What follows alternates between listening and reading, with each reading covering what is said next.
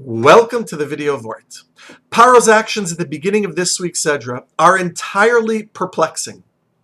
He asks the midwives to help him to kill the Jewish boys. And the question is, why would Paro have ever thought that the Jewish midwives would help him in this pursuit of killing Jewish children? In fact, when Paro comes to the midwives and protests that they let the Jewish boys live, they come up with some excuse. The Jewish women are different than the Egyptian women, which compromised our ability to get the children at birth.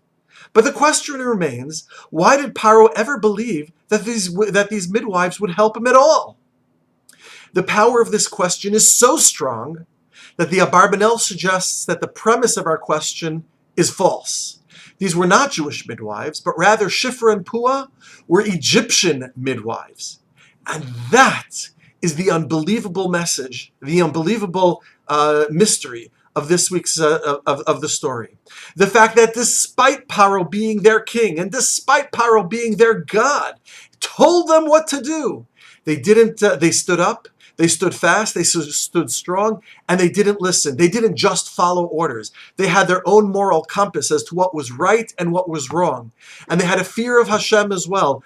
And with that, they did not allow Paro to dictate them to do evil. There's so much hatred and so much evil out there in the world today and many times throughout our history. It's easy for us to fall prey to pessimism. But what this week's Sedra tells us is that we have to hold out faith for individuals and for humanity. Because if Shifra and Pua could stand up to Paro, then imagine what people can do in far less intimidating circumstances. Shifra and Pua are heroines, not just for the Jewish people, but they're heroines for all of humanity. Good job.